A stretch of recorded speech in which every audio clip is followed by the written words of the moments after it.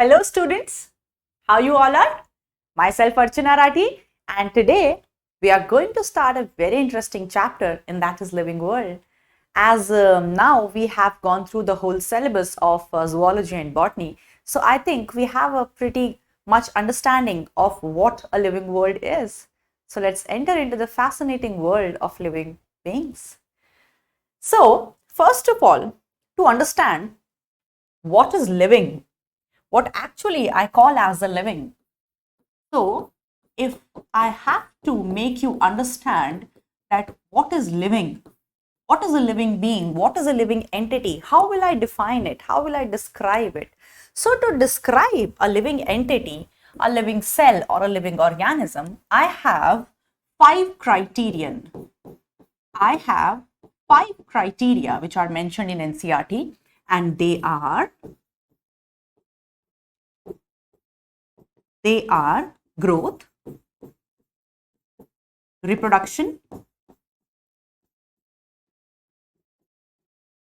metabolism, cellular organization,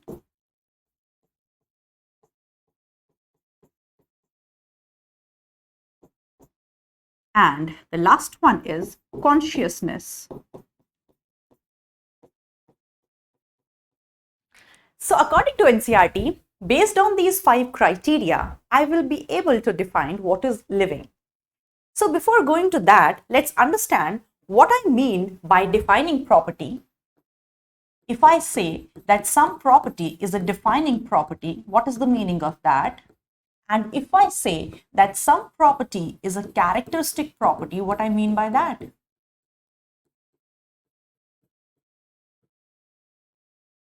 So if I say that something is the characteristic property, right? Like my characteristic property is to teach botany, right? So everything has its own characteristic property, which is the character of that property, right? So a living organism breathe, a living organism reproduce, a living organism grow, right? So these all are the characteristic properties of the living beings which are the characters of a living being.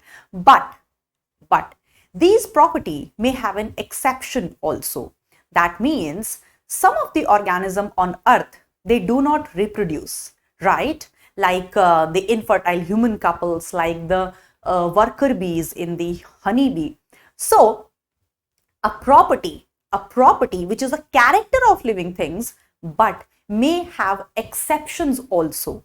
That means it is not necessarily that reproduction is a characteristic property, right? If I say reproduction is a characteristic property, that is right. It is seen in every living being, but some of the living beings, they do not show reproduction. But defining, if I say some property is a defining property, that means it is that property which is seen exclusively in living beings, nowhere else, and there is no exception of it. That means that particular property is present in all the living beings present on earth. It is right. It does not have any exception that some of the organisms on earth, they do not metabolize. No, there is no choice. So a defining property is a property which is exclusively found in living beings only. Exclusively found in living beings only, nowhere else. And secondly, it does not have any exception. This property does not have any exception. That means it is found in every living being. That means that particular property is found in every living being or every living organism found on earth. But a characteristic property, on contrary, is a character of living being. That is for sure. A characteristic property is a character of living being. A living being is characterized or defined or identified by that property, but it may have exception. That means it might be like that. It might be that some of the organism, They do not have this particular property. So it might have exception. And secondly, can also be seen other than living being, like growth. Growth is also seen in a mountain.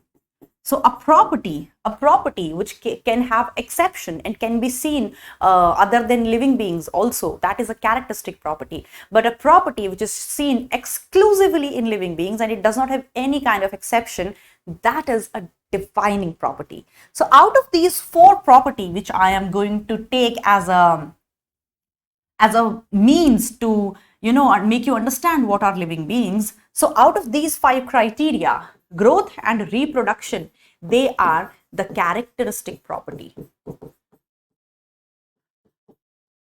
Growth and reproduction are the characteristic property, while these three are the defining properties. That means metabolism, cellular organization, and consciousness are the three properties which exclusively are seen only in living beings, nowhere else. And no organism on this earth, whether unicellular, multicellular, prokaryotic or eukaryotic, no organism on earth does not have these properties. It's not the case. All of the organisms have these properties, right? So this is important. You must remember what is a defining property and what is a characteristics property. So let's first start with growth. If I say growth, then I say that it is an irreversible permanent change. Irreversible permanent increase. I'm defining this definition of growth in living entities, right? So it is irreversible permanent increase in weight, in height, in mass, in number of cells, right? So this is how I define growth. But as growth is a characteristic property, that means growth is seen in non-living entities also. That means growth is seen in living entities also and in non-living entities also. So if I compare growth in living entities with growth in non-living entities, so how will I compare? Okay, let's compare.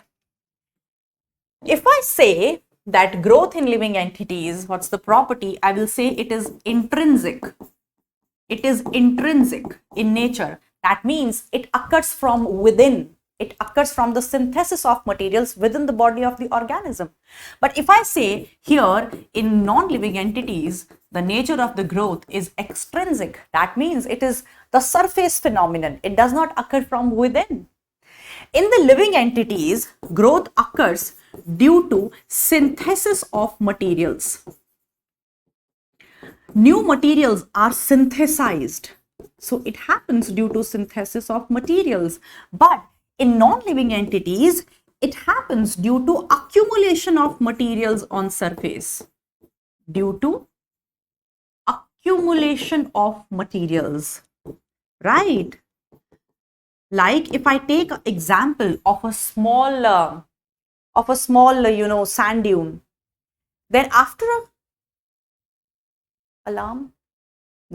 after a point of time during the course of evolution, soil from other areas come and get deposited over that, and so after millions of years it becomes a huge mountain, right? It becomes a huge mountain. So that small boulder, it became a huge mountain. Why? Because the soil from the top accumulated over it. So remember, in living entities, growth is intrinsic, and in non-living entities, growth is extrinsic. In living entities, growth occurs due to formation, due to synthesis of new materials. But here, the growth occurs due to accumulation of materials, right? So that is why I do not take growth as a defining property. I take it as a characteristic property because it is seen in non-living entities also. Okay? Now, if I take growth in living entities, if I specifically talk about growth in living entities, then that involves synthesis of both living and non-living materials. Living and non-living materials. So, when growth occurs in living entities, in living organisms, so during growth, new materials are synthesized, and those materials can be living and can be non-living. You know that plasma membrane, cytoplasm, cell organelles, these are living materials, but cell wall is a dead entity, right? So when a new cell is formed in living organisms, both the non-living materials like cell wall and the living materials like cell organelles, they both are synthesized in a living entity. Okay? Then growth in living entities, if I define, this is the statement of NCERT, that increase in number of cells, increase in number of cells and mass are twin characters of growth. That means if I want to define growth in true means in a living entity, how will I define it? In living entities, growth actually means increase in number of cells, formation of new cells, and increase in mass, right? The biomass of the body. So these are the twin. This statement directly comes. In living entities, increase in number of cells and increase in mass are the twin characters of growth. Okay, and yes, you understand, you have learned the chapter plant growth and development. You know that in case of animals, the growth is determinate. That means it occurs for a fixed time. But in case of plants, the growth is indeterminate. That means it occurs for the throughout the lifespan because of presence of different meristems. So you know that as you have read the chapter plant growth and development. So in plants, the growth is indeterminate. That means it occurs throughout the lifespan. But in case of animals, the growth is determinate. That means it occurs only for a fixed point of time. And you also know that in case of plants, the growth is primary and secondary also. Primary growth is increase in length, but the secondary growth is increase in girth. That is seen only in dicots. This is the detail you have read in plant growth and development. So now what's another important thing here? There is an NCERT line which is important, that in unicellular organisms,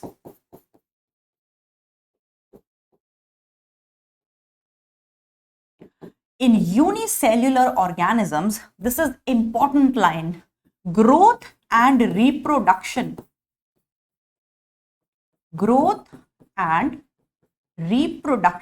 are mutually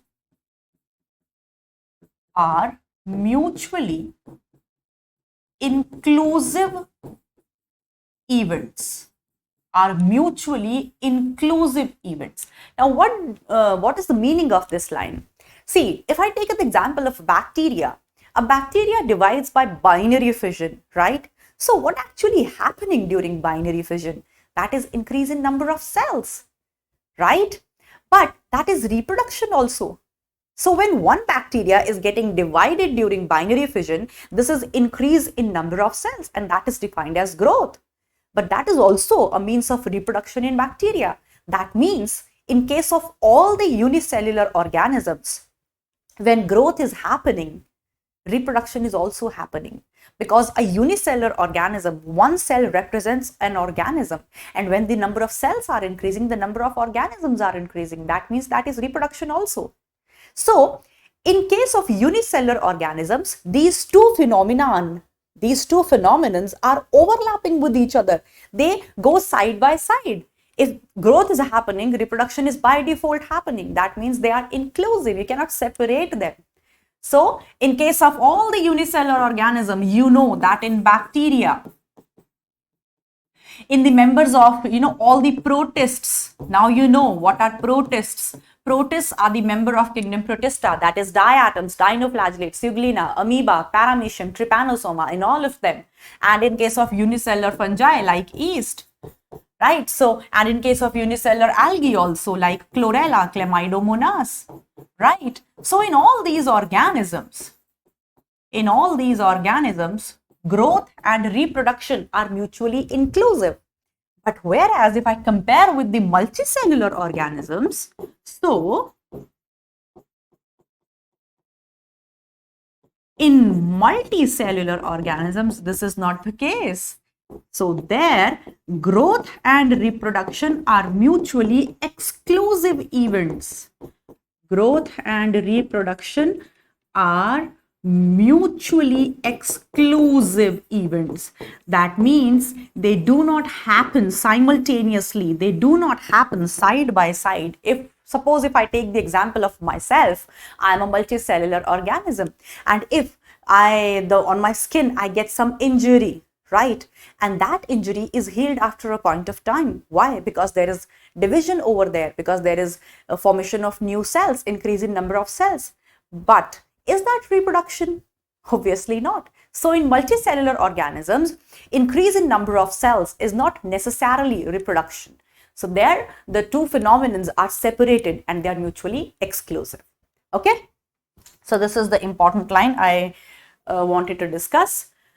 So this is growth. You understand what is growth, right? Increase in weight, height. It can be seen in living as well as in non-living. So that is why we do not take it as a defining property. In case of plants, in case of animals, they are a bit different. In case of unicellular organisms, growth and reproduction are simultaneously happening. But in case of multicellular organisms, they are occurring separately. Now let's move on to the another important phenomenon, and that is reproduction. You understand what is reproduction, right? This is a biological process in which the organism tries to make organism of its own kind so that it can continue on earth. And you know that reproduction is also of two types, sexual and asexual. Sexual reproduction is preferred by the higher organisms, because sexual reproduction is a bit complex process that needs energy, and it's complicated also. It is a slow process. So this is preferred by the higher organisms. And if I talk about the asexual reproduction, then this is preferred by the lower organisms, because they want to go with a fast and a less complicated process. So asexual reproduction, you know that there are several means of asexual reproduction, like binary fission. And you know that binary fission is seen only in the unicellular forms.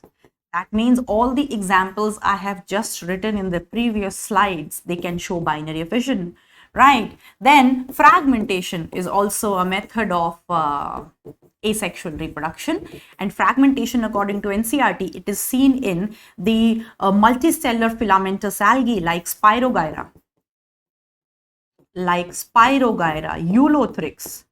So Spirogyra and Eulothrix, I have told you this in the plant kingdom also, that these are multicellular filamentous green algae which prefers asexual reproduction by fragmentation. And fragmentation is also seen in some fungi like Rhizopus. And it is also seen in the protonema of mosses.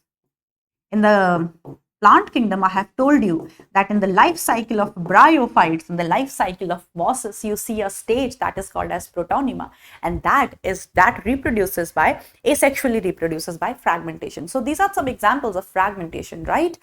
Now, the asexual reproduction can be with the help of budding. And you know where budding is seen. Budding is found in yeast, and it is found in case of Hydra. Then it can be with the help of sporulation. You now know that some organisms, they show formation of asexual spores. I have discussed this in the chapter Reproduction in Organisms and in the chapter Algae and Fungi. That algae and fungi, they form asexual spores which help them reproduce asexually. Zoospore is seen in algae and conidia is seen in fungi. And then comes the regeneration.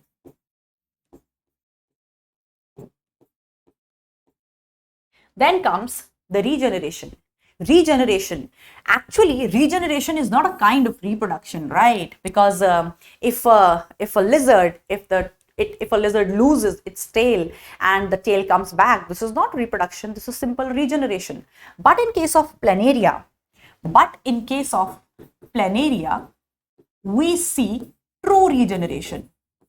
It's true regeneration. What is the meaning of true regeneration? That if some body part is lost from planaria, then that lost body part give rise to a new whole organism, and this is reproduction. So true regeneration in planaria is a means of reproduction. So this is a basic idea about reproduction, and we have gone into the detail of it in the chapter Reproduction in Organisms. Now what's important here, that why I'm not calling it as a defining property, why I'm saying it is as a characteristic property, because there are exceptions.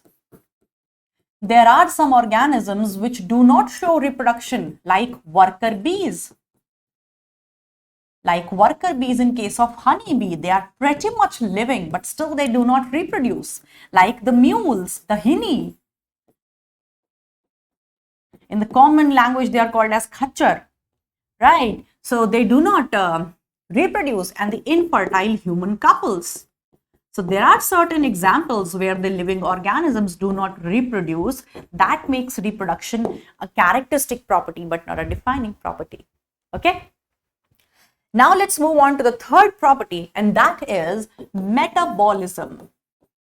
Now you know that what is metabolism. There are thousands of reactions occurring in an organism, right? So there are many reactions called as the metabolic reactions which are occurring in the organism, and they can be anabolic reactions and they can be catabolic reactions.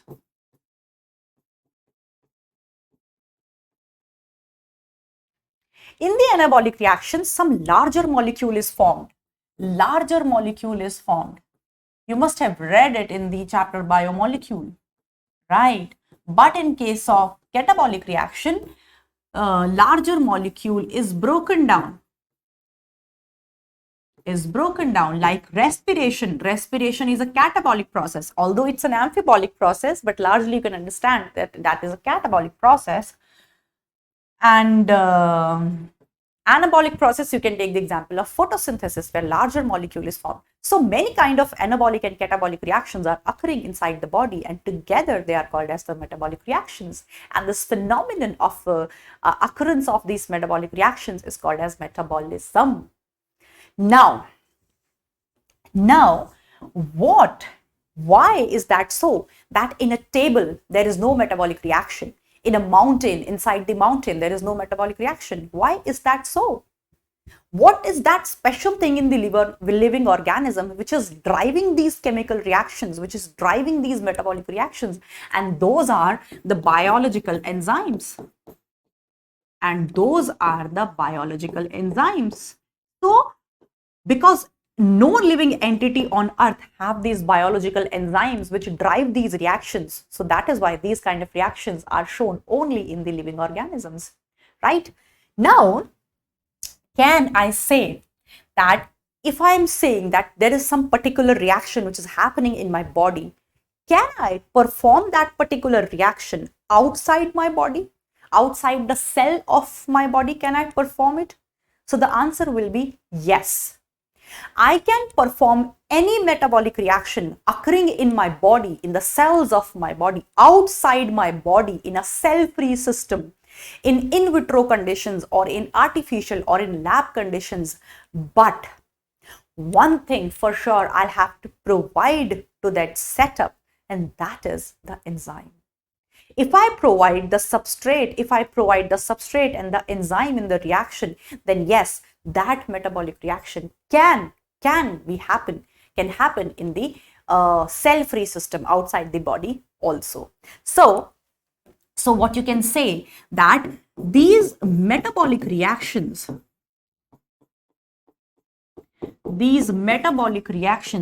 can be performed. They can be performed in vitro conditions or artificial conditions or lab conditions, or cell-free system. Cell-free system means outside the living cell.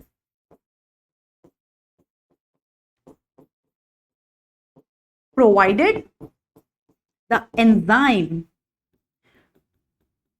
but the enzyme which drives that particular reaction should be provided, right? So if I provide that particular enzyme in that setup, then these kind of reactions, the metabolic reactions, can be performed outside the cell also.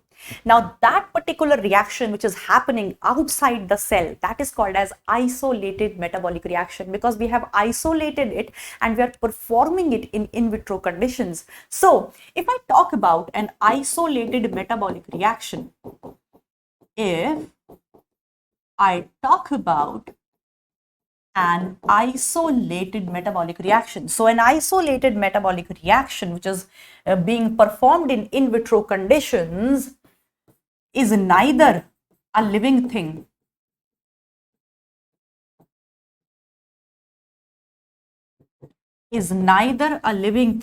nor a non-living thing.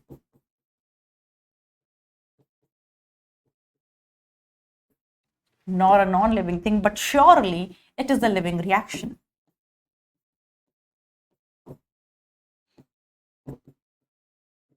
But surely it is. What do I mean by that? Imagine I have a setup. This is the artificial setup. And in this setup, I am performing my metabolic reaction. So imagine this is a metabolic reaction which is being performed in this artificial setup. Now, what can I call this artificial setup as a living thing? Can I? Obviously not. And can I call this artificial setup as a non-living thing? No, because inside a non-living thing, these kind of reactions does not happen.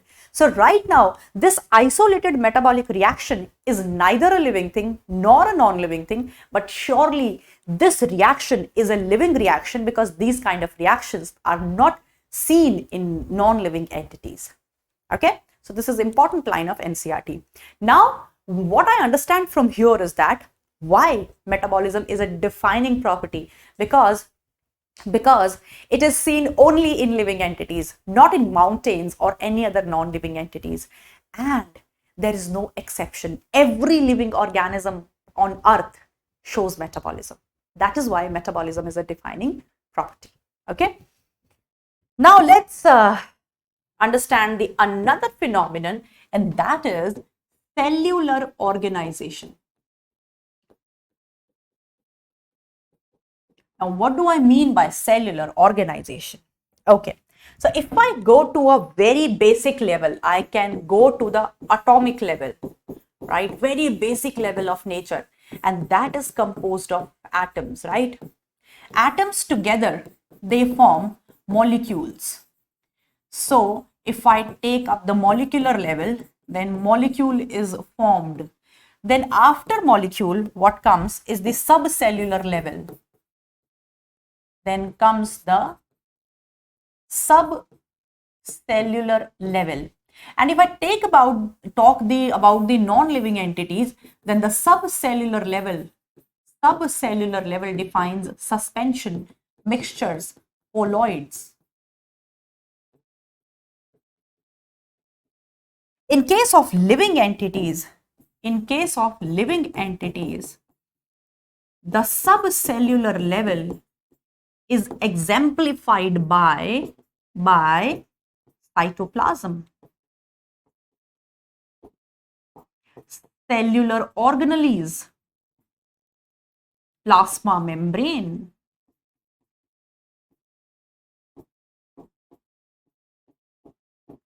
and then comes the cellular level, the important one.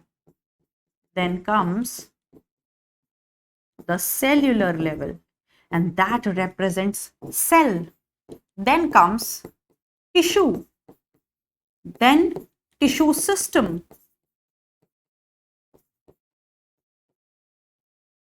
then organ, then organ system,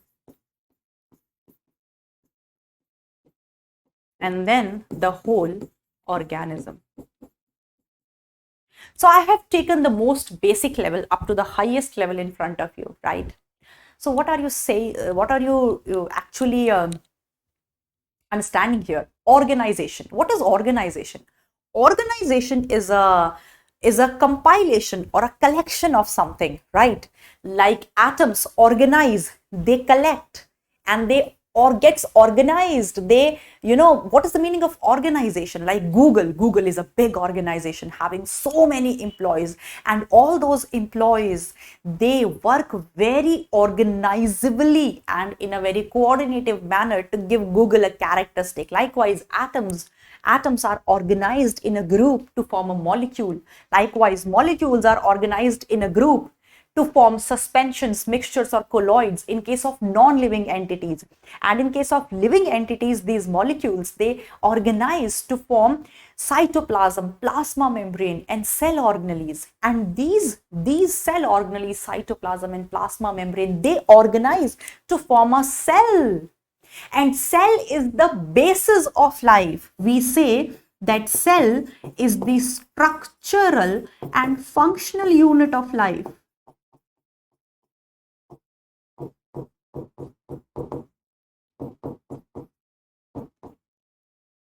Because any entity in this world, if it does not have a proper cell, it is not a living entity. Like viruses, they do not have a proper cell, so we do not call them a living entity. So if you want to call something a living organism, a living entity, that must have at least a living cell. That organism should have at least a cell. That means a cell is a must for life. That is why it is structural and functional unit of life. That means all the living organisms present on earth, whether they are unicellular or multicellular, prokaryotes or eukaryotes, they all have cell. And that is cellular organization. Then these cells organize to form tissue. Tissue organized to form tissue system. Tissue system organized to form organ or various organs organized to form organ system, and then organ system forms the whole organism. So in the unicellular organisms, the organization ends up here, right? In unicellular organisms like bacteria, like Euglena, amoeba, paramecium, chlamydomonas, chlorella, yeast, in all these unicellular organisms, the organization ends up here. But in multicellular organisms, the organization comes here. In plants, the maximum organization you can see is up to the organ. In plants, the maximum organization you can see is up to the organs. And in case of animals, the maximum organization you can see is up to the organ system and the whole organism, right? So what you understand from here is the organization. Cellular organization is the defining property of all living beings. That means all living beings have cell. Without cell, you cannot make a living being. And no living organism is there on the earth which cannot have a cell. And cell is not found in non-living entities. That is why it is a defining property, right? Now, if I say that Google is a company which is very rich and very famous, and this company, this organization is formed by many employees, right? All these employees, they work together coordinatively and they form an organization called as Google. So if I say that every employee of the Google company has the same characteristic as of the Google company, is it true? Every employee is as rich as Google company? Every employee is as famous as Google company? No. So if I say, I hope you understood the point. If I say that the property of molecule is present in its constituent atoms, that is false. That means the constituent atoms which are forming the molecule, they do not have the same property as of the molecule, because the property of the molecule arises due to the organization of atoms and how those atoms are interacting with each other. So the property of molecule is not present in each atoms of which it is made up of, but it arises due to interactions between them. This line is very important and applies everywhere. So if I say that property of tissue property of tissue is not present,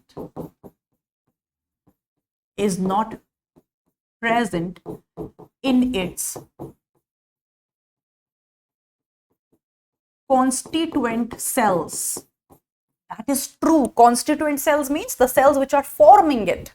So property of tissue is not present in its constituent cells but arises due to interactions between them.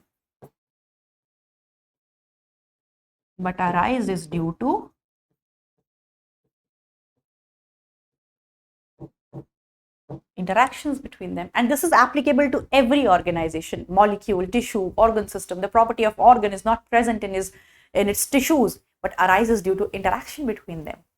Okay, now after cellular organization, let's move on to the last property, last criteria, and that is consciousness. Now what do I understand by consciousness? That means if someone make a change in my immediate environment, like switch off the light of this room or switch off the AC, then this is the stimulus. Right? And if I respond to it, if I say, oh my God, just switch on the light, then that means I'm conscious. If I'm responding to the stimuli, that means I'm conscious, right?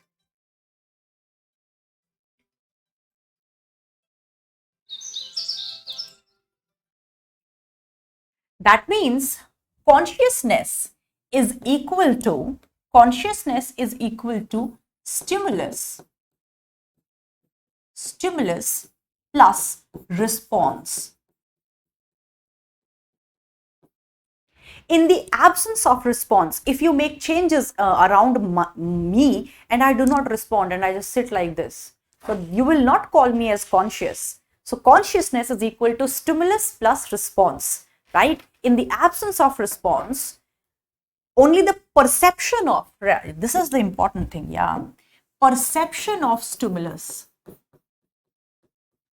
plus response. Perception means to, first of all, to understand that yes, something is happening around me, to perceive it, to take it, to understand it, that oh, something is happening around me, and then giving a response. So perception of stimulus plus response is consciousness, right? Now every living being on earth, whether it is a bacteria, algae, plants, us, every living entity on earth is conscious of its surroundings. And the stimulus I am talking about here, the immediate changes in the environment, this can be biological, it can be chemical, and it can be physical. Any change can happen around it. Biological change, the another organisms around me, like mosquito is irritating me, so I will do it like this, or I will switch on the all out. The biological, entities around me, they are, that is the biological stimulus. Chemical stimulus, pollutants in the air, or someone has, poured laughing gas, so you laugh, ha ha ha. So that is chemical stimulus. Physical stimulus is light, temperature. These are physical stimulus, right? So these are the changes around me towards which I produce the response. Okay, so consciousness is a defining property. Why? Because it is seen in every living entity. There is no living organism which cannot show consciousness, and it is not found in non-living entities. So it's a defining property. Now here comes a case of coma patient. So some students say that when a patient in coma, a human being in coma, that is an exception of consciousness. So I cannot take consciousness as a defining property. So I will say, no, this is wrong, because a coma patient is actually not a living entity. You cannot define a person in coma as a living entity, because that person is brain dead. When a person is in coma, he or she is brain dead. It is that person is dependent on machines. So is that person is actually a living entity during that particular condition? No. So coma patient, coma is a medical state. It's a medical state, right? Nobody is born with coma. It's not a normal situation. It's a medical state in which a person becomes brain dead and dependent on machine. So in this state, in the state of coma, obviously a person is not conscious at all, because the person cannot respond, and in the absence of response, it is not consciousness. Right? Now, the another higher degree of consciousness is self-consciousness. Now, read the statement carefully in the question. If the question says consciousness is a defining property, that is true. But if the option says self-consciousness is the defining property, that is false. Because consciousness is seen in all the living organisms, but self-consciousness is seen only in human beings.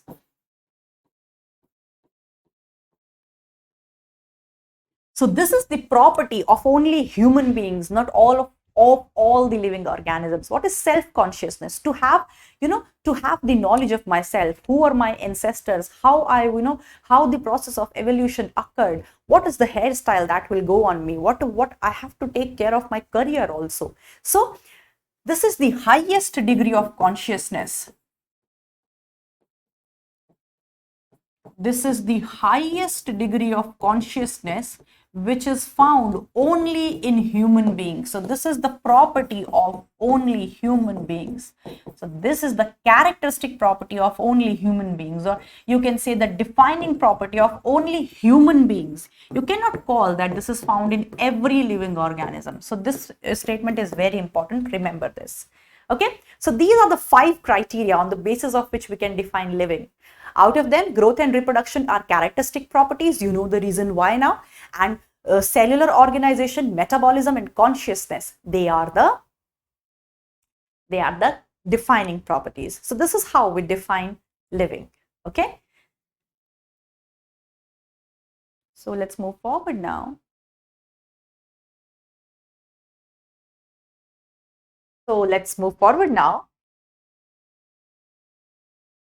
Now we understand what a living being is.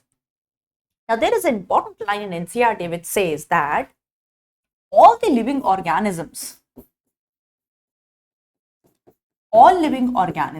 have originated from a common ancestor, right? Have originated from a common ancestor. And that common ancestor is called as a progenote. From a common ancestor, all the living organisms, right? And that common ancestor of every living being present on earth is called as a progenote, right? One thing which is important to understand here, beta, that in every living organism present on earth right now, whether it's the bacteria, whether it's euglena, whether it's us, whether it's elephant, whether it's cuckoo bird, any living organism on earth has DNA as the genetic material. Genetic material as RNA is present only in viruses, and that is not even living. So in every living organism present on earth, DNA is the genetic material. So very important line of NCERT, that all the living organisms on earth share common genetic material, and that common genetic material is DNA, but to varying degrees. Every living organism has DNA as the genetic material, but obviously the genes of forming the gills are present only in fish. The genes forming the wings are present only in the birds. That means all of us has DNA as the genetic material, but with some differences, right? But to varying degrees. So this line is important, that how all of us are connected, by the common genetic material, but there is some variations in that genetic material on the information, right? So all living organisms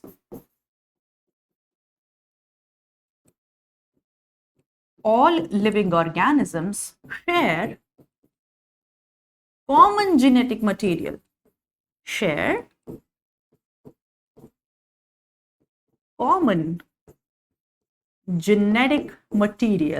and what's that? That is DNA. But to varying degrees. varying degrees. Okay, this is important. So let's move forward now.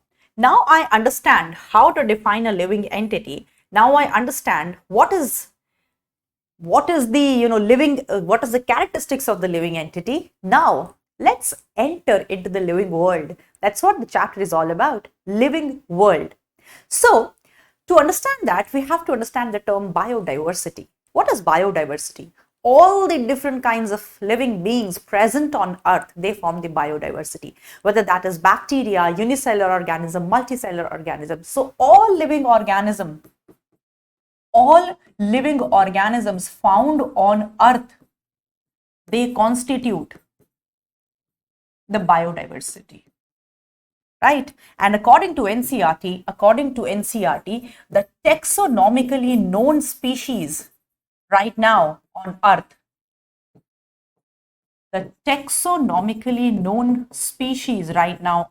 are 1.7 to 1.8 million. What is the meaning of that? 1.7 to 1.8 million. And taxonomically known, there are so many species on the earth which are not yet discovered. So those species which we have discovered, we know them. Taxonomically, they are known to us. They are 1.7 to 1.8 million species, right now. So as there are so many species, so many organisms on earth, how will we study them? How will we get to know about them, right? So for that purpose, there is a need of classification.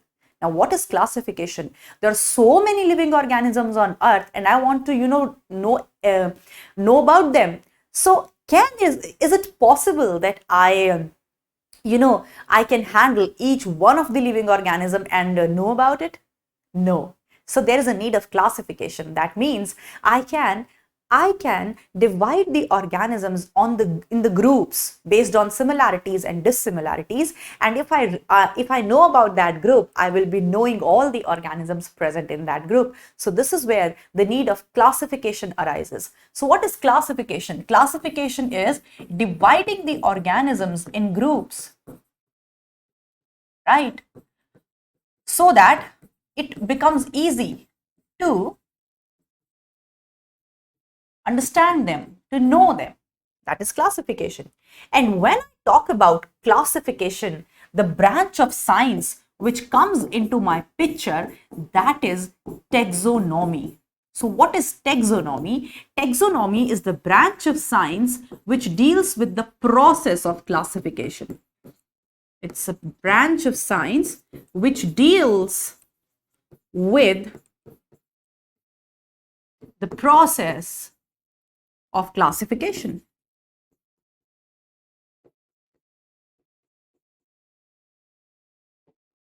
Right? So I want to classify the organism. So which branch of science I have to refer to? Taxonomy. And who is the father of taxonomy? You know that the father of taxonomy is Carolus Linnaeus. Right? Okay. Now, when I talk about taxonomy, what is the meaning of taxonomy? Let's understand it more widely. Taxonomy basically deals with dividing the organism into groups so that the study becomes convenient, right? So how I classify the organism according to taxonomy? So for that, I'll have to know the steps of taxonomy. For that, I will have to know the steps of taxonomy. Now, what are the steps of taxonomy? Let's understand them. So, when I have to classify some organism, what will the step I will follow? Suppose there is this organism and I have to classify it. So first of all, I will go through this organism. I will write down all the categories, all the characteristics of this organism. Okay, that it has 2 ears, 2 eyes, hair, right? So I will write down all the characteristics of this organism. So the first step of taxonomy is characterization. The first step of taxonomy is characterization. That means to make an account of all the characters of the living organism. Then the second step is identification. Now, what is this identification? To identify the organism. Oh, 2 ears, 2 eyes, 1 nose. Oh, this kind of organism resembles like humans. So when I will make an account of the characters, then I will identify the organism, that to which group this particular organism has the similarities with. And then I will classify the organism. I will assign that particular organism the group based on the similarities, based on the identification.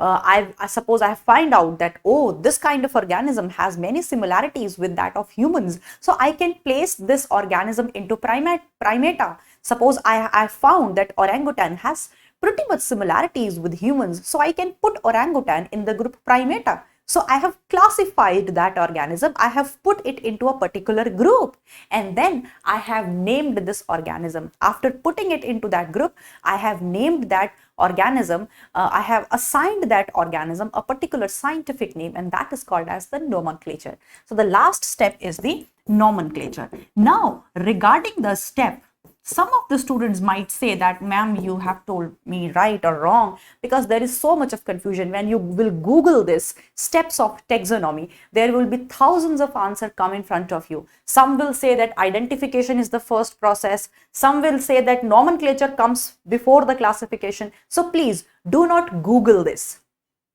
We follow what is written in NCERT because our paper will be based on NCERT. So according to NCERT, this is the right steps. First characterization, then identification, then classification, then nomenclature. No confusion. Okay. Now, so we have understood what is classification and how, with the help of taxonomy, we classify the organism and what are the steps for it. Right. Now, there is another term which comes into picture now, and that important term is the systematics. Now, what is the difference between taxonomy and systematics? See, systematics is a wider branch, is a more advanced form of taxonomy, which not only tackles the process of classification, but also talks about the diversity of organisms. And how it talks about the diversity? Because it takes into picture the ancestral history of the organism. That means when I talk about systematics, it's talk about phylogeny, and this is important. That systematics becomes equal to, systematics is equal to taxonomy plus phylogeny. Now, what is this phylogeny? This phylogeny is the study of ancestral history, or I can say the evolutionary history, ancestral history or the evolutionary history, right? So when in the taxonomy is already a very big branch of science which deals with the process of classification, but if I add one more important thing to it, that is phylogeny. That means now I classify organism on the basis of the common ancestry. Those organisms which have the common ancestor, for sure I can put them in the same group. So this is more precise, more appropriate, more accurate, and that is systematics. So this is more advanced form which not only includes taxonomy but the phylogeny, that the study of ancestral history. And there are some very important lines written about systematics in NCERT. Let's read them. So NCERT says, let's say what NCERT says about systematics, because that is important. Yeah.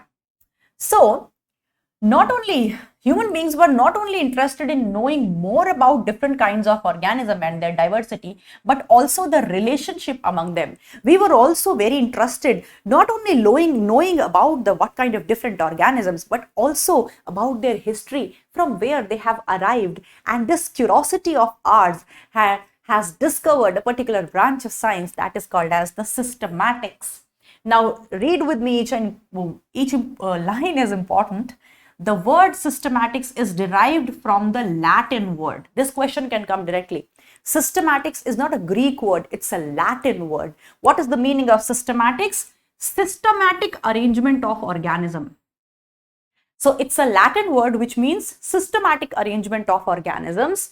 Linnaeus used this word in his book Systema Naturae. This is important. So systematics word was used by the scientist Carolus Linnaeus, the father of taxonomy, in his book Systema Naturae, which means systematic arrangement of organism. And this branch of science, it not only deals with the diversity of organisms, but also the relationship between them, because it tackles the ancestry and the phylogeny. Now, what's important? The scope of systematics was later enlarged. Now, in today's world, systematics includes identification, nomenclature, classification, and also evolutionary relationship. That means it has become a wider branch which includes taxonomy also. So systematic includes taxonomy as well as phylogeny. Okay, so these lines are important regarding systematics. So now I know that if I have to classify the organism, I have taxonomy, I know the steps of taxonomy, and I know that there is a bigger and more advanced branch that is called as systematics. Now, let's understand what is nomenclature. I have just told you that first I will characterize the organism, then identify it, then classify it, and then I will give a name to that organism. Names are of different kinds. Some names are called as the vernacular names, right? The vernacular names. The vernacular names are also called as the regional names, right? The local names. So the names which are in the local language, they are called as the vernacular name. But what's the problem with these local names? That they change with the changing language and the changing region. So the scientific community thought that there should be a uniform name which is universal throughout the world. And that name is a scientific name which does not change with language to language and region to region. That is uniform throughout the world. And that is the concept of binomial nomenclature. So binomial nomenclature deals with the scientific naming of the organism. It deals with the scientific naming of the organism, and the concept of this was given by Carolus Linnaeus. According to this concept, every organism has two names. Suppose, for instance, let's take the example of mango. The scientific name of mango is Mangifera indica. Mangifera indica, right? In this way, I write the name of mango. So this first, you can see that it has two parts. The first part is called as the genus or the generic name. The genus and the generic name. Now, what are you noticing here? That the first letter of the genus or the generic name is capital. The second part of the name represents the species or the specific epithet. And what you are noticing here, that the letter of this species, first letter, is small, right? Then comes the name of the scientist, the name of the author who has proposed the name. So the name of the author, right? What is important about it? It is written in abbreviated form.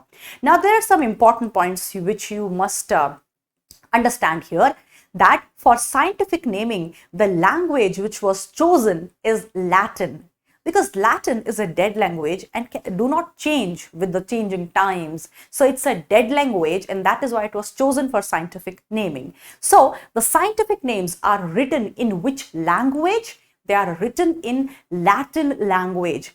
And in which format or fashion they are written? You must have known that in computer devices, when we type, there are so many fashions in which we can write, right? Roman fashion, italics fashion. So whenever they are written in the italics fashion. They are in the Latin language and they are written in italics fashion. And if they are handwritten, then they are, likewise, I have just wrote it with my hands. So I have underlined them separately. I have underlined Mangifera and Indica separately, right? But that is not the case with the scientist name. The scientist name is not written in italics fashion. It is written in Roman fashion. It is written in Roman fashion. But Mangifera indica, they are written in italics fashion. Then the name of the author is never in Latin language. It is in the original language in which the name is. Like my name is Archana, it will remain Archana. It will not be Latinized. It will not be converted into the Latin language. And when I write it with hand also, it will not be underlined. So the name of the scientist is not underlined when handwritten. It is not written in italics fashion. It is written in Roman fashion, and it is not italicized. It is not Latinized. It is not converted into the Latin language. But you understood the rule, right? So let's see what NCERT has to say about it. Biological names are generally in Latin. They are generally in Latin and written in italics. They are in Latin language. See the statement. They are in Latin language but written in italics. If the line says that they are in italics and written in Latin, that is not an appropriate language, right? So they are in Latin language and written in italics fashion. Okay. They are Latinized or derived from Latin. If they are not originated from Latin language, then they are Latinized. Okay, the first word represents a genus, right? And the second component denotes specific epithet. Both the words in a biological name when handwritten are separately underlined, right? And printed in italics. Why they are printed in italics? To indicate the Latin origin. Okay. So this is how I write a. So you can see here that the Mangifera indica is printed in italics and it is in Latin language. So this is the concept of scientific naming. I hope you understood the concept. Now, let's understand the codes of nomenclature. Now, if I have to propose a scientific name for a particular organism, then should be some organization which should check or scrutinize the names, right? So there are some codes of nomenclature which have a check and scrutinize, and they check the scientific naming. And those codes of nomenclature are: first, ICBN stands for International Code of Botanical Nomenclature. International Code of Botanical Nomenclature. This deals with the botanical names, that is all the kinds of plants present on earth. This code deals with the names of all the plants and the plant-like organisms like diatoms, dinoflagellates and euglena. So, okay, so it deals with the scientific naming of plants and plant-like organisms. And you know what are plant-like organisms, right? Then the second code is ICZN, that is International Code of, sometimes in the option they write Indian Code or Indian Council. No, I stands for International, C for not Council, Code, International Code of Zoological Nomenclature. And obviously in this code, what we include? Names of all the animals present on earth and animal-like organisms like amoeba, paramecium, trypanosoma, right? Then comes ICBN, that is International Code. You know what is the meaning of International Code of Bacterial Nomenclature.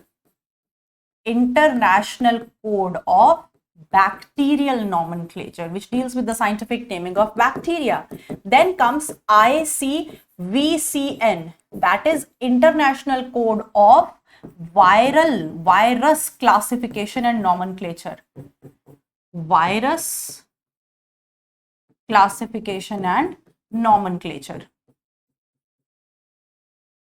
And then comes ICNCP, that is International Code of Nomenclature for Cultivated Plants. all the plants, all the kind of plants present on earth, their scientific naming is scrutinized by ICBN. But specifically the cultivated plants which we cultivate, right, which we have domesticated like wheat, rice, maize, barley, specifically their classification is dealt with, their scientific naming is dealt with ICNCP. Okay. So these are the codes of nomenclature. Now, let's move on to the process of classification. Now we have understood that what branches of science are included, what is binomial nomenclature. Now let's understand what is the process of classification, how we classify an organism. So classification is not a process in which I have just picked up organism and just classified it. No, classification is a step-by-step process. Classification is a step by step process in which, and in this process which comes happens step by step, small group, then large group, then larger group, where each step represents a rank, category, or taxon, which is called as the unit of classification, So understand what I'm trying to say here, that it's not a, like this it will happen. No, it's a step-by-step process where we form small group, then larger group, then larger group. And each step in the process of classification is a rank, it's a category, and that rank and that category is also called as taxon, which is called as the unit of classification. These are the lines of NCERT. But I am saying that there is a very thin line of difference between taxon and category, right? I'll just tell you that. So this is the taxonomical hierarchy. What is hierarchy? Hierarchy means what are the steps we are going to follow. Like when you enter in an office, there is a hierarchy. Staff boy, then above the staff boy, there is a clerk, then manager, then CEO, right? In the same way, there is a hierarchy. There are the steps in the classification process, and that is called as taxonomical hierarchy. The smallest group is species. Then comes the genus, then family. And you must have heard the, the funda to learn it. Keep pot clean or family gets sick. Keep pot clean or family gets sick, right? Yeah. So the biggest group is kingdom. Now, if I talk about species, so tiger is a species, rice is a species, mango is a species. Okay, so there is a group of tiger, mango, mango. So this is a group, this is a species in which all of them are same. But then comes the genus. It's a bigger group, like potato, brinjal. So potato and brinjal, they seem similar to me in various characteristics. So I put them into same group, in a bigger group, and name that group as solanum. Then I go to family. Then the group will become bigger. Right? And then if I move further, the group will become more bigger, right? So if I talk about genus, Panthera is a genus which includes tiger, leopard, and lion. But if I move forward, then comes the family. In the cat family, you have cat, lion, tiger, and leopard. If I move forward, in the order Carnivora has dog, cat, lion, leopard. See, the group is becoming bigger and bigger, but the kind of organisms which are entering into the group are so different from each other now. When the group becomes bigger, the kind of organisms enter into the group are so varied. There are so much variations. Dog is different from a leopard, but still they are placed in the same group, that is Carnivora. So that means when I move from bottom to top, so on moving from bottom to top, that means if I move from smaller group to a larger group, What increases and what decreases? Let's see. So think about it. Specificity will decrease or increase?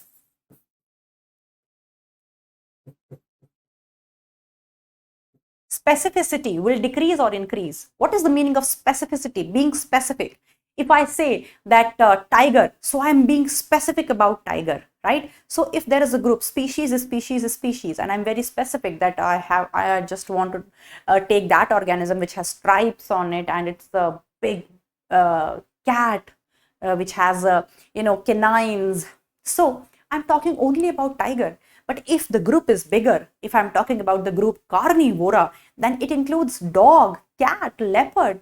So am I being specific when I'm talking about the order carnivora? No. So as I move from smaller group to bigger group, the specificity decreases. The specificity decreases. Then comes the common characteristics, common or similar characteristics. Think they will decrease or increase? Obviously, a tiger is more similar to a tiger rather than the dog. So if the group becomes bigger, the similarities in the members, it will decrease. So the common points or the similar characteristics, they will also decrease. Then the general characters.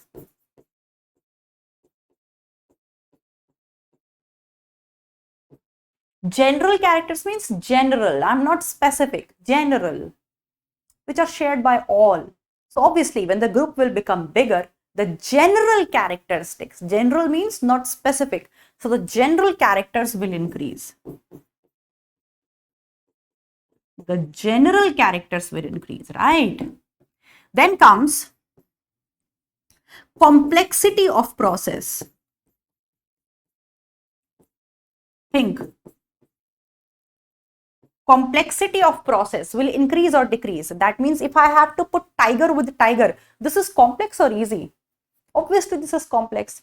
And if I have to put dog with tiger, obviously that is going to be tough because I'll have to think so much. Can I place dog with tiger? Can I place dog with leopard? So as I move from species to kingdom, I have to think so much while I am forming a group. That means complexity of the process of classification is getting increased. So complexity of process increases, right? And there is a very important line of NCERT. When we move from species to the kingdom, the members, right? The members present in the same group, to the relationship between them, right? To find the common points, to find the relationship between them becomes easier or tough? It becomes tough. Because if I'm talking about the order carnivora, there is dog, cat, leopard, lion in that group. So it is easy to find relationship between them here, or it is easy to find relationship between them when the group is smaller species, when there is only tiger, tiger, tiger, right? So as we move from bottom to top, it becomes difficult. This is the line of NCERT, which is important. It becomes difficult to find relationship. It becomes difficult to find relationship between different taxa at same category. Now, what is the meaning of this tough statement I have just written? When the group is bigger, it is difficult to find relationship between taxa of the same group, same category. That means category is order, and the different kind of organisms present in it, they are taxa. Lion is a taxa, right? Then dog is a taxa. So if I'm talking about the category order, then it will be difficult to find relationship between the different organisms present in that group and between the different taxa present in that group, right? If the group is smaller, then it will be easy to find relationship between the taxa present in the same group. Okay, so this line is very important. Now I've just told you that there is a very fine thin line of difference between taxa and category. So I'll just tell you that. What is that thin line of difference between category and taxa. So let's go into an office, and in that particular office, there are three managers, right? Suppose say R.C. Gupta, K.C. Shukla, and suppose C.K. Chakraborty. There are three managers in that company. So what is the name of the rank they are holding? That is same, manager. But they are three different persons holding the same rank. So I hope you're getting my point. The name of the post, the name of the rank they are holding in the company is same, that is manager. But they are three different living organisms. They are three different persons which are holding the same rank. So these three different persons, these three different living organisms which are holding the rank are taxa, and the category is the post, manager.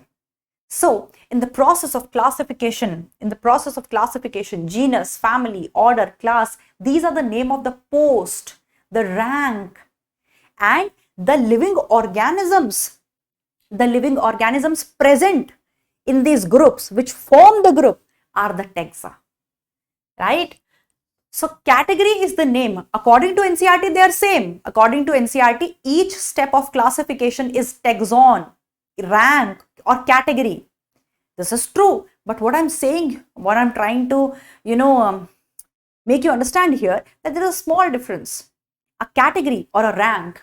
Category or a rank is what? Class is a category.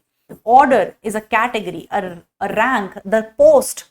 But taxa represents the living organism or group of living organism which is holding a particular rank or rank in the taxonomical hierarchy. Living organism or group of living organism. Living organism or group of living organism, right? Belonging to a particular category. Belonging to a particular category. Suppose I am saying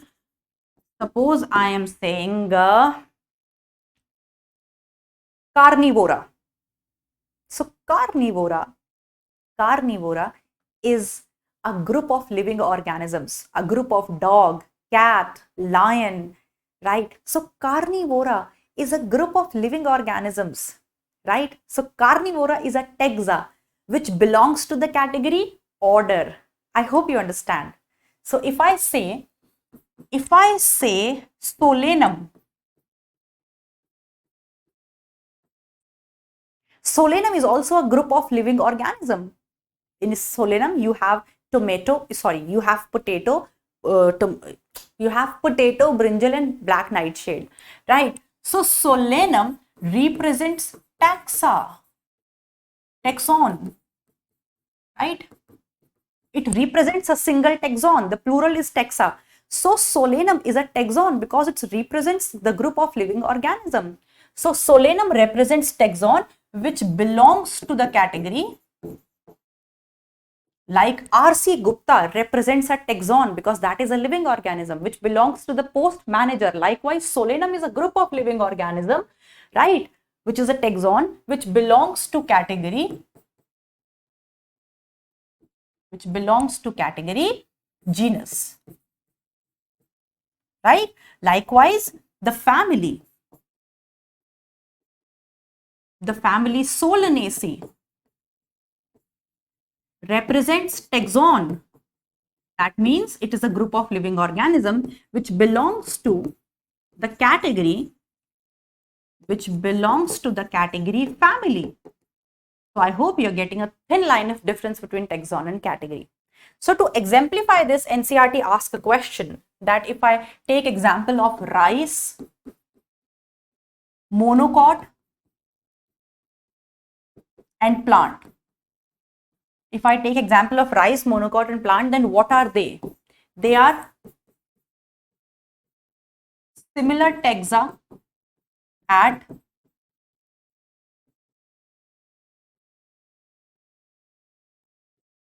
similar category.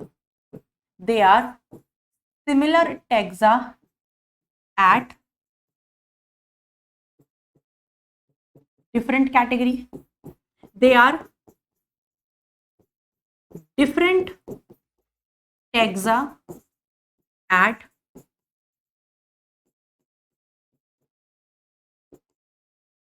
different category, or they are different taxa at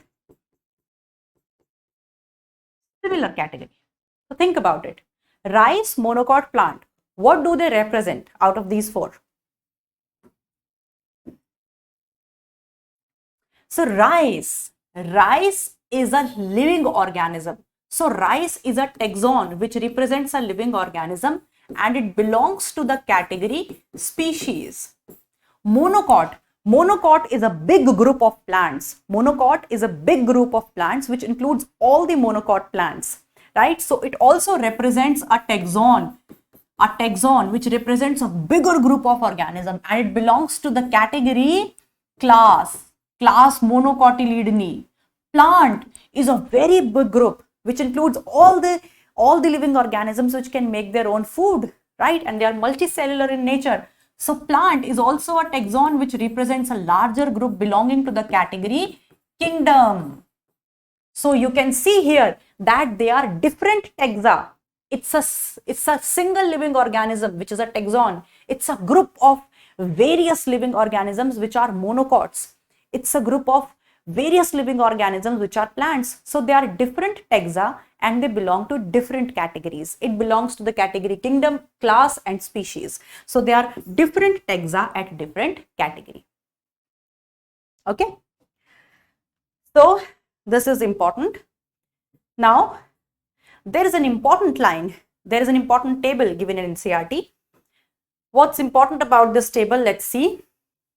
A direct question comes from this table that man, the genus of the man is Homo. The species of the man is Sapiens. The family is Hominidae. Order is Primata. Class is Mammalia. And phylum is Chordata. So this is important. You have to learn this table because the question has come and I will just solve the PYQs to you. So housefly, Musca, Muscidae family, Diptera order, Insecta class and Arthropoda is the phylum. Mangifera, family is Anacardiaceae, order is Sapindales, Dicotyledone is the family and Angiospermae is the, and one more thing, the word phylum is used for animals. Phylum is used for animals and for plants, division is used. Okay. So for wheat, Triticum, family is Poaceae, order is Poales, class is Monocotyledone and kingdom is Angiospermae. So this table is very important to learn. And if you talk about the family of plants, then there is an identification called as suffix, that is AC. AC, you can see here AC. So if AC is there, if AC, you are getting the pronunciation as AC, that means you are talking about the family of plants. If you are getting the pronunciation IDI, that means if IDI is coming, you are talking about the family of animals. If the sound is coming as ales, sapindales, poales, that means you are talking about the order of plants, plant order. You are talking about the plant order. Okay, right? So these are some identifications. Okay, so this table is pretty important. Like, what is the family of Mangifera? Anacardiaceae. What is the genus of housefly? Musca. What is the family of housefly? Muscidae, right? Diptera is the order, class is the Insecta. So this table is pretty important. Learn this table. Okay. Now let's take the taxonomic categories one by one. They are important. First of all, let's talk about the species. If I talk about the species, how can I define a species? A species is the group of all the living organisms which are morphologically and genetically similar, right? So they are not genetically wholly similar, but they are similar morphologically and share this common gene pool. What is the meaning of gene pool? That they share common genes, right? If I don't have the gene of wing formation, then any human does not have the gene of wing formation. So we share a common gene pool. So members of same species share common gene pool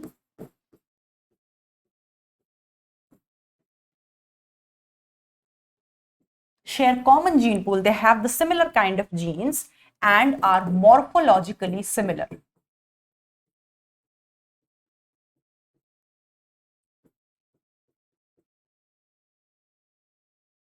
And are morphologically similar. The species, members of same species, they can interbreed among themselves. This is important. Members of same species can interbreed among themselves, right? And members of different species,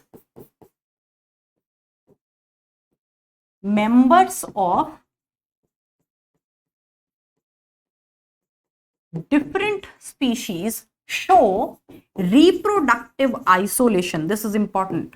Shows reproductive isolation. Now, what is the meaning of this? That they show reproductive isolation. That means members of different species, they are reproductively isolated from each other. That means they cannot interbreed among themselves.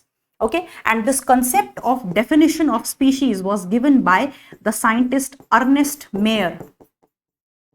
Ernest Mayr gave the concept of biological species concept.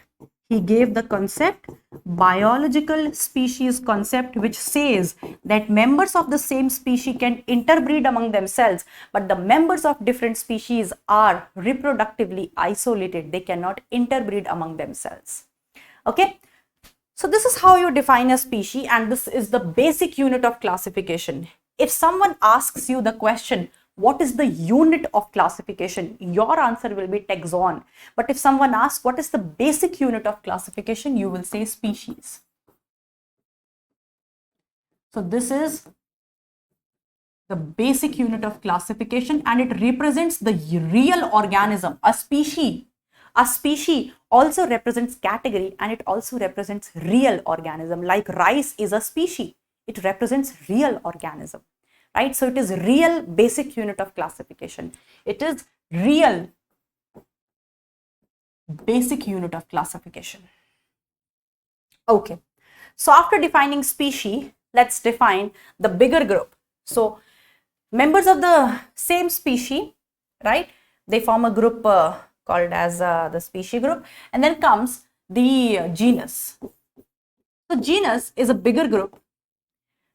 So all those species which are similar to each other, they form a larger group that is called as the genus. Like if I take the example of animal case, then we have Panthera. The genus Panthera has many species below it, and the species are Tigris, Leo, and Pardus.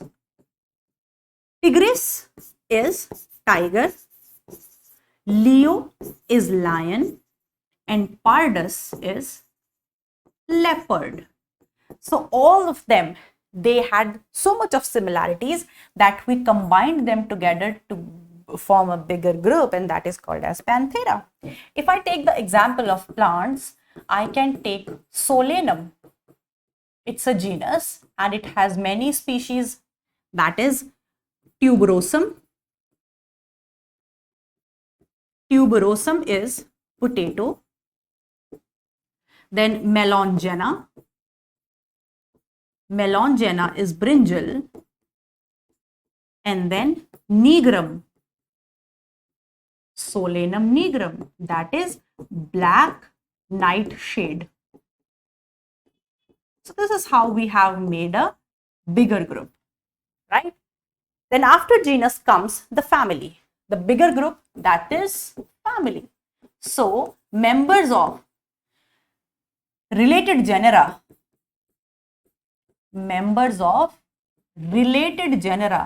that means different genera which resembles each other, they form a group called as family.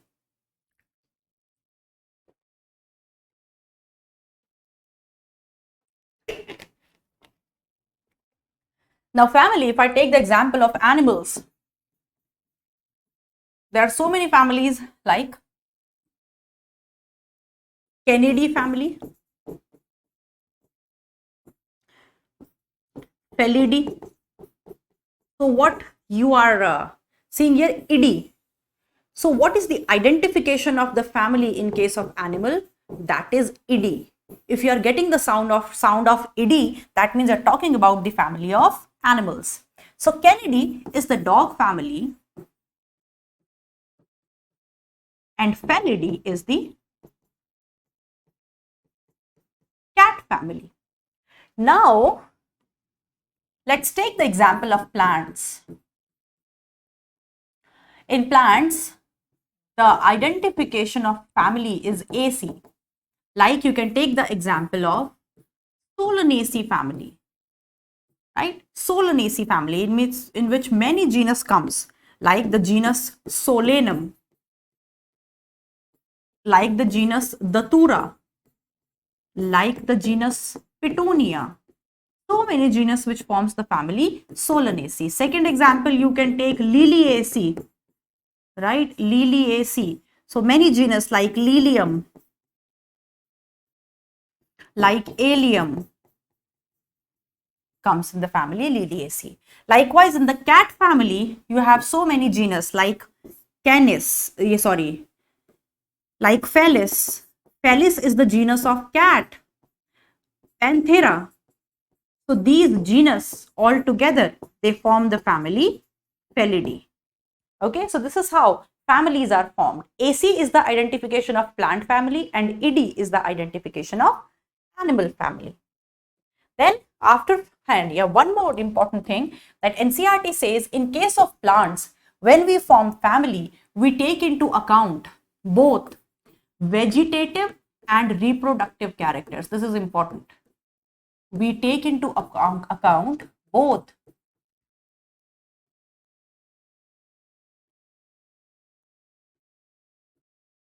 So when you form a family in case of plants, you take vegetative characters, that how the root is looking, how the stem, how is the leaf, and the reproductive characters, that is how's the carpel, how's the stamen. Both the characters are taken to form family. This is important. The question comes directly. Now let's talk about family. After family, the bigger group is order. So order is a group of related families, right? In case of animals, if I take the example of order, then you have the order Carnivora.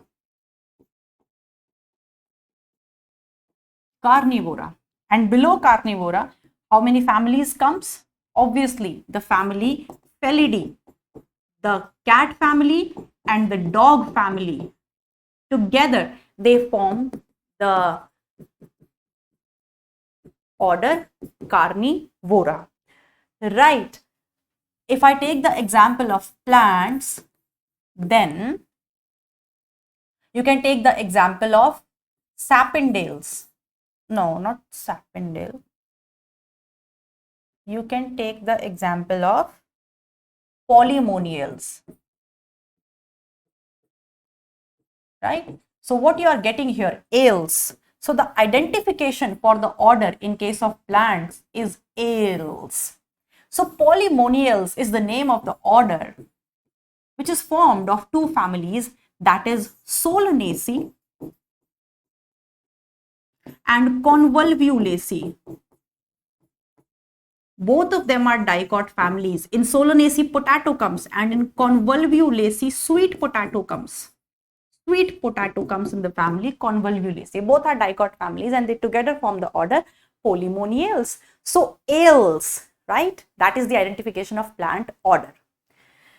Now, there is a line in NCERT which is important.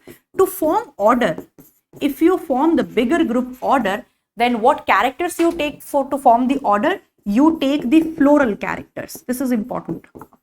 Apart from taking the vegetative characters, you take floral characters.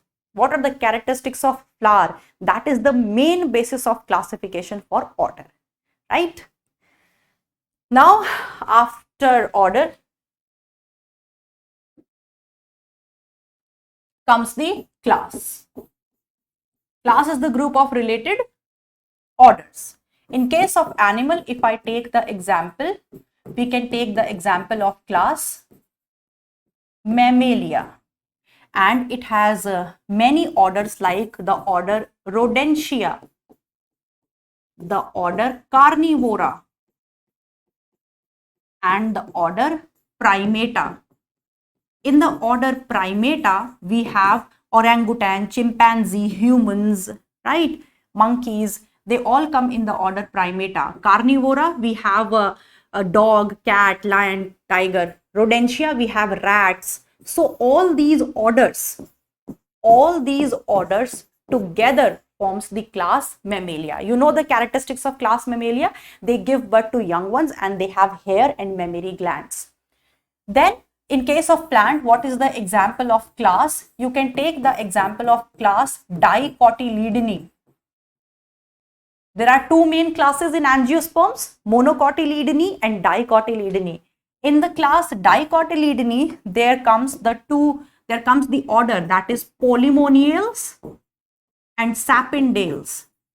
So these orders, Polymoniales and Sapindales, together they forms the class Dicotyledone, right? Then after class comes the phylum. In case of animals, the group is called as the phylum, and you can take the example of phylum Chordata, and you know what comes under phylum Chordata, that is Pisces, right? That is Mammalia, class Pisces, right, etc, etc. You know that from animal kingdom. Then comes division. In case of plants, we define division, and what we can say division is, there are 5 divisions found in plants, that is alga, that is Thallophyta, Bryophyta, Pteridophyta, Gymnospermy and Angiospermy.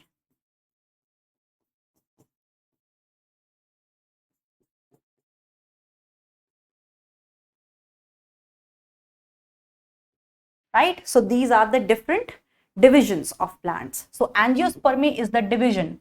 Angiospermy is the division under which two classes, that is Monocotyledone and Dicotyledone, comes. And then you understand what's the biggest thing, that is kingdom.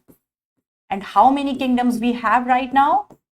We have 5 kingdoms, that is kingdom Monera, Protista, fungi, plant, and animal.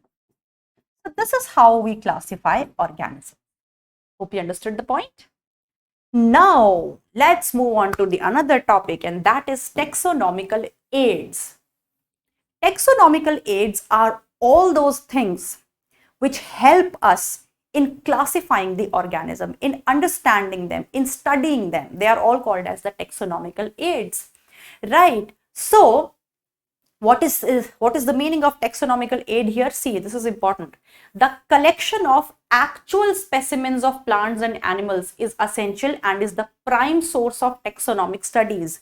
If we have to do the taxonomic studies, then the actual collection of plant, right, actual specimen of plant, not the photograph, the actual specimen of plant and animal helps us to understand them and to know them better, right? And these are fundamental to every study, right? So what are the taxonomical aids? These are all the techniques and procedures which help us in the taxonomical process.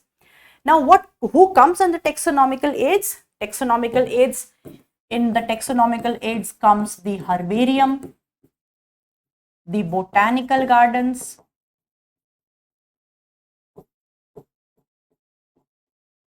the zoological parks, that is zoos, keys, and museums. These all are taxonomical aid which help us in the process of classification, in studying the organisms and in knowing them well. So let's discuss them one by one. First of all, let's discuss what an herbarium is. So when we talk about the taxonomical aids, there are two terms which come into picture, and the terms are preservation and conservation. So remember, this is very important. Preservation, we do preservation of dead specimens, but we do conservation of living specimens. So herbarium is not a means of conservation, it's a means of preservation. So herbarium is a means of preservation, not conservation, of dead plant specimens only. So it's a means of preservation of dead plant specimens only, not animals. In the herbarium, we preserve only and only the dead plants, right? Herbariums serve as the quick referral system. This question comes directly. Which taxonomical aid serve as the quick referral system? Herbarium. Because what is herbarium? It's a sheet of paper on which the plant is attached. So you just have to take out the sheet, and this is the plant you have to compare. So you'll compare the plant. So this work is quick, right? So the herbarium act as quick referral system. And it is based, the herbarium is based on natural system of classification. The herbarium is based on natural system of classification, and that system which is followed in herbarium is that of Bentham and Hooker.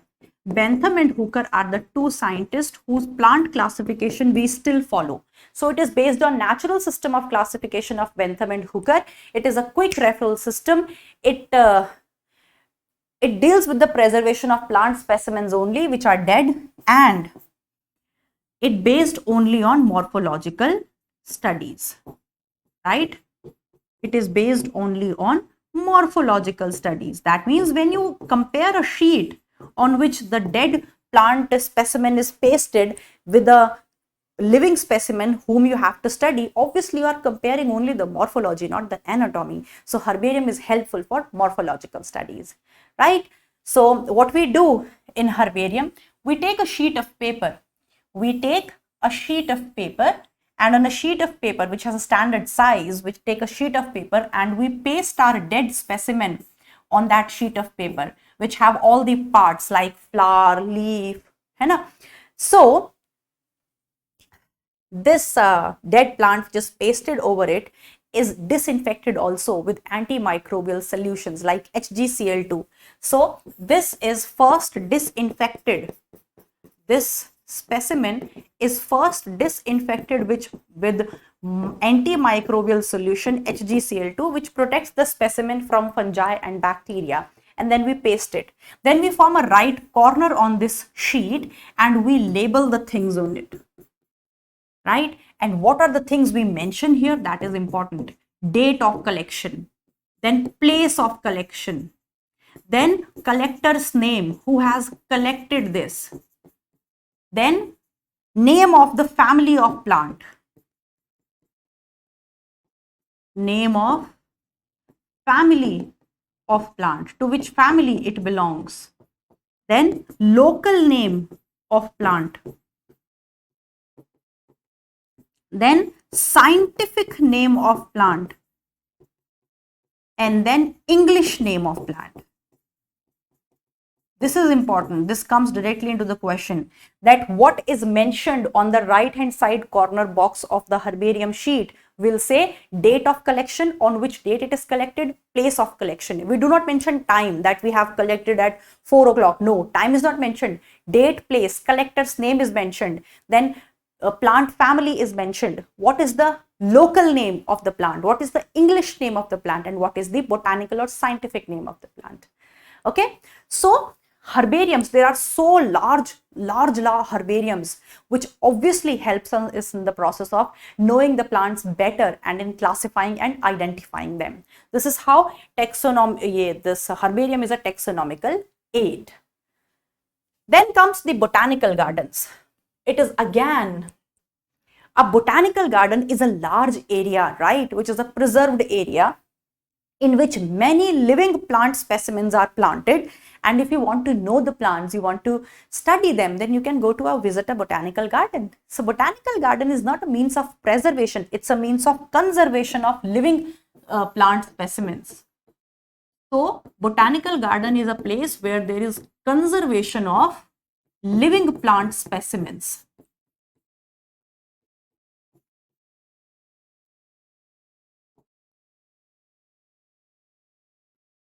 And there are two means of conservation: in situ conservation, ex situ conservation.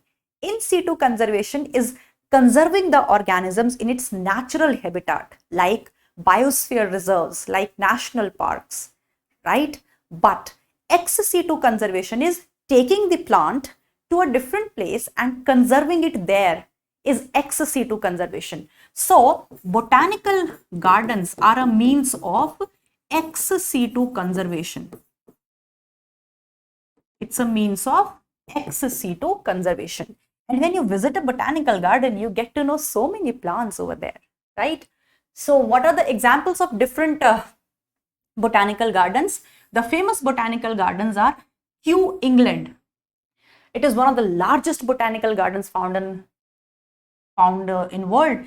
Kew, England. Then the second is Indian Botanical Garden, found in Havda. Havda is in West Bengal. Then National Botanical Research Institute, NBRI, is at Lucknow. This question has come in NEET. NBRI, National Botanical Research Institute, it is in Lucknow. Okay, so it's a means of conservation of plant specimens. Then comes the zoological parks. Zoological parks is a means of conservation of living animals. It's a means of conservation of living animals.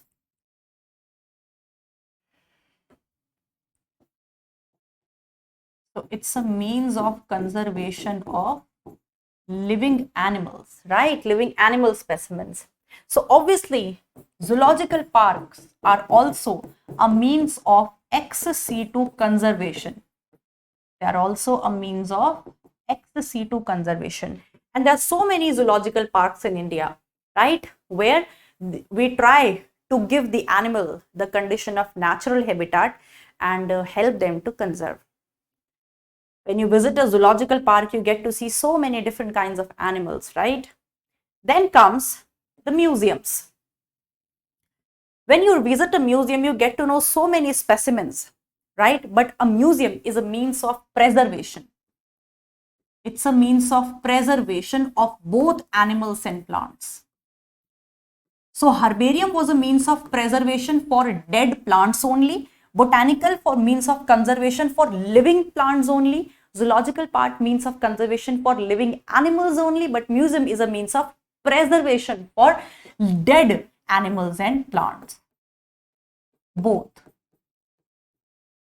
Right? Both of them. So what NCERT is saying, that biological museums are generally set up in educational institutes like schools and colleges. You have museums, school, colleges, and bigger museums also. Museums have collections of preserved plant and animal specimens. If you visit a museum, you have preserved animals and preserved plants, both of them.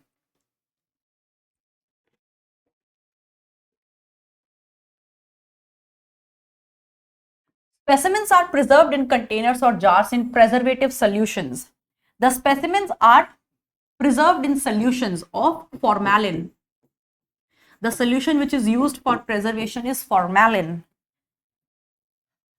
Insects are preserved in insect boxes. There are small insect boxes in which the insects are preserved.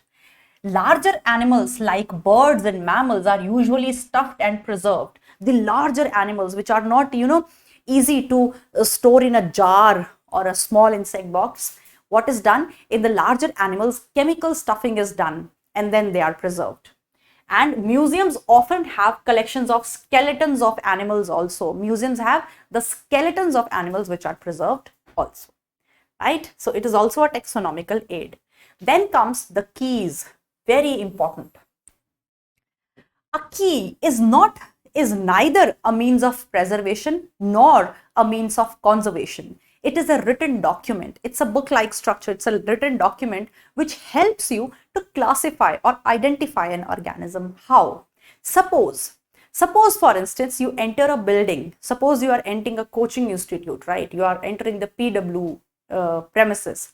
So a guard is sitting over there in the PW premises and asking you, you are saying, I want to enter into the office. So the guard will ask you some set of question. He will give you contradictory statement. He will ask, okay, you are student of which stream, JEE or NEET? So he has given you a pair of statement.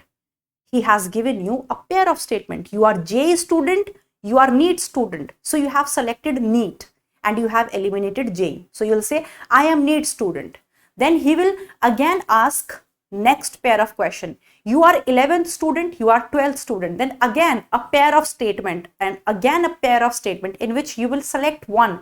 That is, you are a 12th student. You have eliminated the another statement. Then he will ask, okay, 12th student, you are PCM branch or PCB branch? So you will say PCB branch. So he has identified you, giving a pair of statement. Every time you are given a pair of statement which are contrasting to each other, JEE, NEET, 11th, 12th, PCM, PCB. So every time you were given a pair of contrasting statement, out of which you have selected one and eliminated one, and ultimately you are identified that you are a 12th NEET student who has taken physics, chemistry and biology. So you are identified. So this is how keys are used to identify the organism. So what NCERT says, that it is used for identification of both plants and animals, based on similarities and dissimilarities. The keys are based on the contrasting characters. I have just told you that a pair of contrasting statement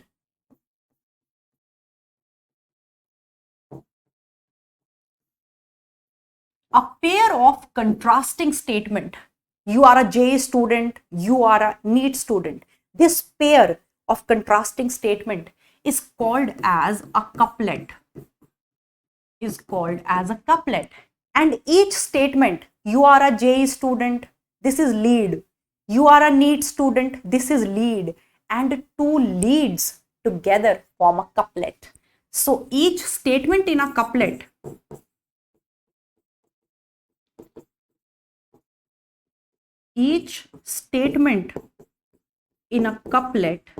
is a lead. That means two leads together forms a couplet. Okay. So what NCERT is saying, that it's a couplet. It represents the choice made between two opposite options. You understand that, right? This results in acceptance of one and rejection. That means selection and rejection. Okay. Each statement in the key is called as lead. Remember this is important. Each statement is a lead and pair of contrasting statement is couplet. Separate taxonomic keys are required for each taxonomic category. This is important. There are separate keys for separate categories. Like for family, there are different keys. For order, there are different keys. For class, there are different keys. This point is important. For separate categories, we have separate keys. Keys are generally analytical in nature. This is also an important line. The question often comes that which taxonomical aid is analytical in nature, in which you have to analyze, that is key. Okay. So these are the various taxonomical aids. Now the last thing which is given in NCERT is flora, manuals, monographs and catalogs. What are these? These are books. These are books which helps you in identifying and classifying the organism. Let's first understand what is flora. Let's first understand what is flora. A flora is a book, it's a bigger book, it's a moty book, right? And it has all the description of plants, flora only plants, okay? It has description of the plants found in a particular area, all the description.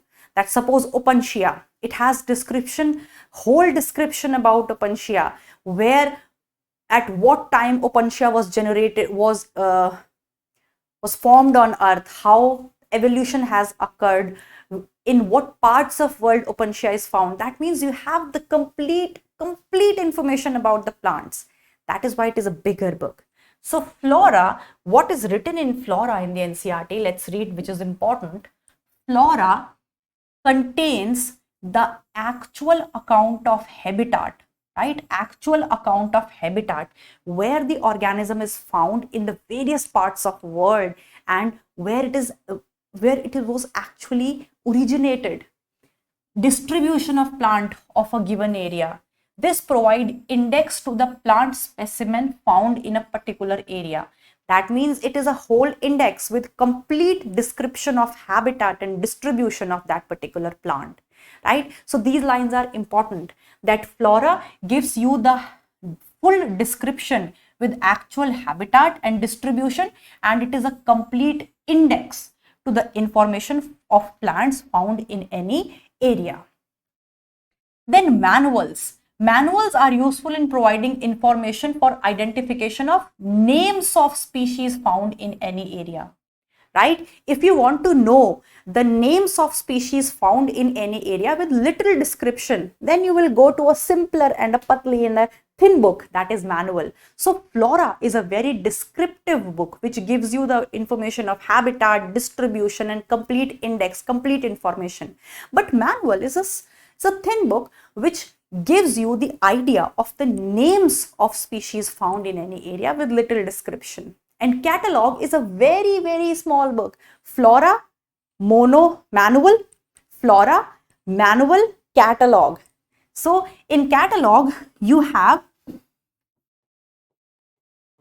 names of species arranged in alphabetical order.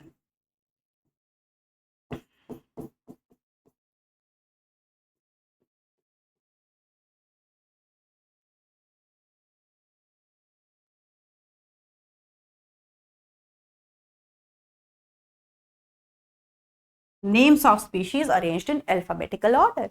And then comes the monograph. Mono means single. So monographs contain information on only one taxon. Mono means single. Monograph gives you information only about a single taxon. That means if you want to know about Solanaceae family, then you'll have to go for monograph. So monograph will have information only for Solanaceae family. Solanaceae family is a taxon. Likewise, if you want to have the whole information about tiger, so tiger is a taxon, so you'll have monograph. Okay. So now let's see what kind of question comes from this chapter. Not many question comes. In some years in between, the question from living world has not come, not even the single question. So if the question will come, only the chances of one question from this chapter. So let's see what kind of questions has come. NEET 2021. Which one of the following belongs to family Muscidae? From that table, Muscidae family is of housefly. So the answer is housefly. C. Very simple and NCERT based question. Then NEET 2019. There was no question in 2020. NEET 2019, the question is, the contrasting characteristic occurs generally in a pair used in taxonomic key. I have just told you that a pair of contrasting statement used in taxonomic key is a couplet. So the answer is a couplet, right? Then NEET 2018, we have to match the column. Okay, herbarium.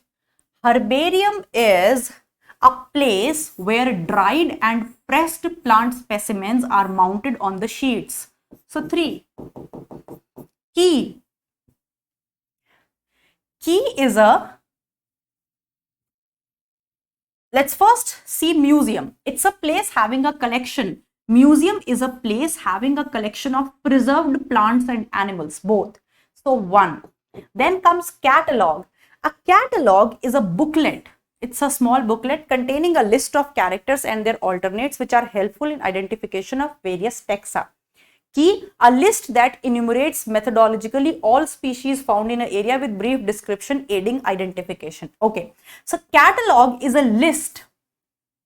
It's a list that enumerates methodologically all the species found in an area with brief description aiding identification, right? So catalog, I just told you that catalog, the names are arranged in alphabetical order. So second, and key is a booklet. It's a booklet containing a list of characters and their alternates. Alternates means the opposite statements which are helpful in identification of various taxa. So 3, 4, 1, 2. That means the fourth option. It's not there, sorry. So that would be 3, 4, 1, 2. I'll have to check the option. Okay, there is the fourth option is missing from here. Just a sec.